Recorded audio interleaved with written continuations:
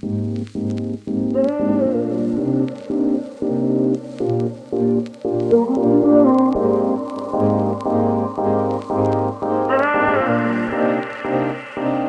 everyone, I'm Richard Faulkner and I am chatting today with Rosy Sullivan. She is the founder of the Australian College of Professionals. With over 30 years experience in developing training and education over many different industries. Rosy, thank you very much for joining us. Absolute pleasure, Richard. Rosy, can you tell us a little bit about what you do at the Australian College of Professionals? Wow, okay, we became a college in November 2003, so as far as the connection with real estate was, it was just after the major changes in the property industry with the new legislation in September 2003. So it made sense to turn what we're already doing as a consultancy service into a registered training college and actually offer all of the training. I was a bit disheartened with the quality of training that was out there, so thought then if I want to make a difference that we needed to probably get up and put something together ourselves. So we did. So that's 16 years ago. Property is our focus. It's probably 70% of our business, and we train with real estate agents, strata managers, stock and station agents, and we also work with in the finance side. We train mostly mortgage brokers and a bit of financial planning in there. So and leadership. So we stick around the property and finance sector. One of the things I wanted to chat to you, Rosy, about was the new licensing reforms and what changes that will have to the industry. Well, I think it's actually going to make our industry more professional, and which is great. There are some fabulous agents out there, and like in industry, there are some people playing in our industry that aren't so fabulous. Yeah. So I think this will make a difference. It's the entry level is there's some more knowledge and skills that people will get on the entry level through the door in terms of their training. They'll now need experience, which is something that we had pre-September 2003. You needed to hold a certificate of registration for 2 years. And then in September 2003, they took that away. Yeah. So, and I think that was really damaging to our industry. So now what's coming back is that people need to actually hold a certificate for a year before they can move ahead and get a license. And to get a license, obviously there's additional training. There's it's up to a certificate 4 level to actually get your first level of license. But that's not about running a business. So what Fair Trading have added in is an extra layer of licensing where there'll be extra training, so up to a diploma level of training, actually giving people some business skills.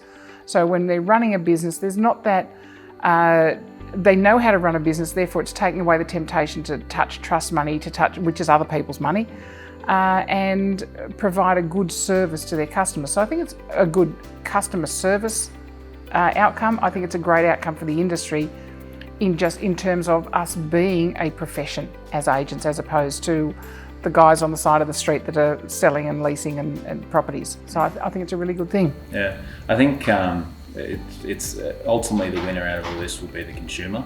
I think it's crazy that you can get your certificate of registration right now within a week, or even get your license within a couple of weeks, and basically you're running a real estate business.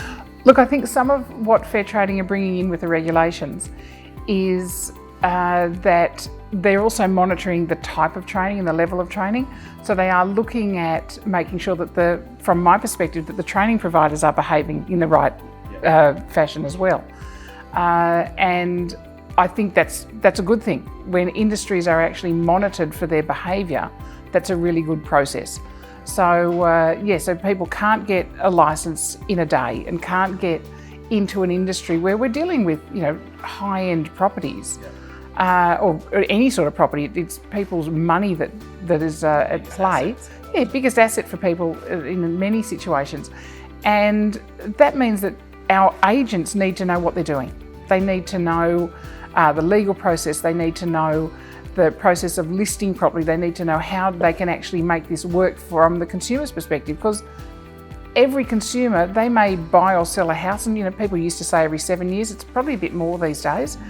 And in terms of being a landlord, there's so much involved in being a landlord, from the regulatory requirements of how many days notice you give, what type of information you have to give, the disclosures, all that is wrapped up in property management, that I think the better trained your agents are, then obviously the better service they're going to provide to consumers, and that's a good thing all round. At the moment, we as agents have to keep up our training by getting 12 CPD points. Is that going to continue? Is that going to change in any way?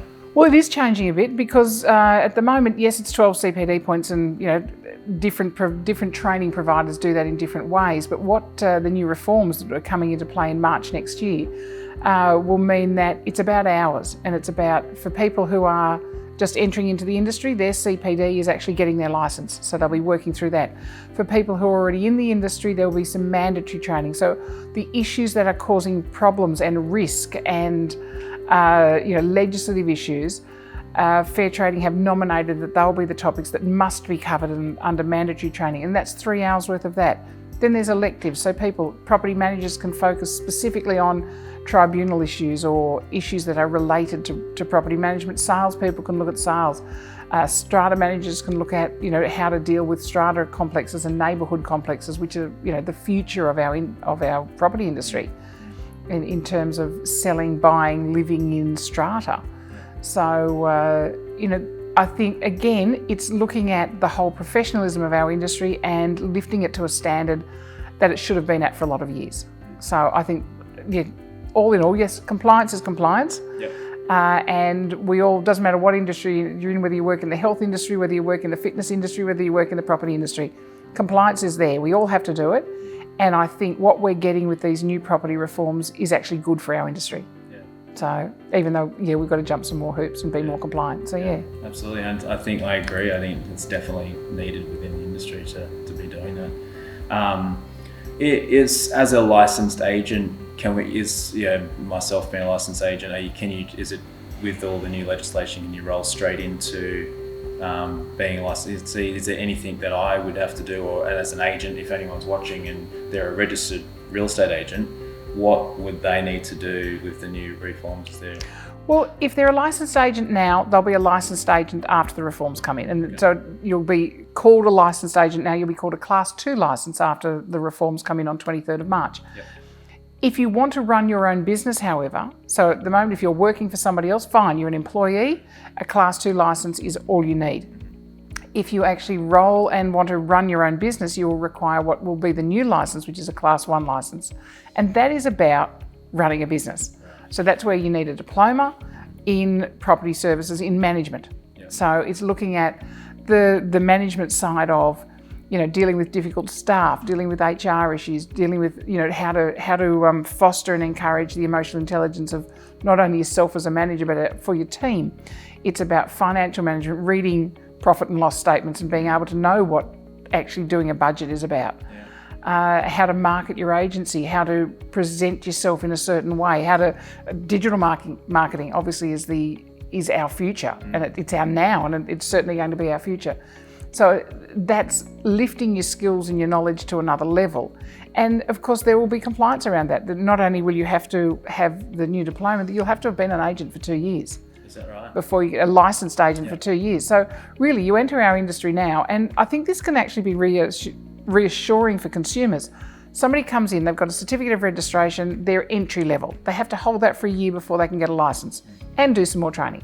They then sit with the licence level, or the Class 2 licence, do some more training, some more on-the-job experience, be ticked off on that experience, hold a diploma, and then they can get a Class 1 licence. So it's actually 3 years from starting in the industry to being allowed to open an agency and deal with people's trust money.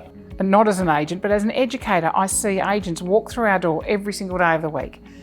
And the majority of people that I meet, and all of our trainers meet, and all of our staff are good, decent human beings. And they are in every ounce of what they do, trying to do the right thing by their consumer. Because obviously, if they do the right thing by the consumer, they get a deal across the line and they get paid, which is what everybody really wants to happen at the end of the day. So, it is very much about making that happen. So, but then to take that next step, there are the people within our industry that don't do the right thing. Yep.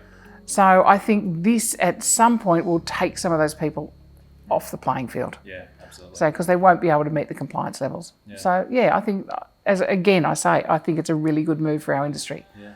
Just everybody's a bit nervous about it, but it's a bit of a no-brainer. Yeah, it's something that I think definitely needed to happen. I mean, if I was just a registered agent, if I had to hold a certificate of registration, is there some further educating that I would need to do then to continue being? Well, you have to, within the first 4 years of so you get your certificate of registration, within 4 years you need to be licensed. Okay. So I mean, there are people in our industry now that have held a certificate of registration for 20 years, 30 years. Yep. But and they can sit on that forever. With the new reforms, they will have to move to that higher level of education. So again, within 4 years? Within 4 years. Okay. Yep. So at the end they will get a certificate of registration for 4 years. At the end of 4 years, if they haven't got a license, you're out. You're out. Wow. So it means up your education level, up your knowledge, up your professionalism, and then move ahead. So you can do everything.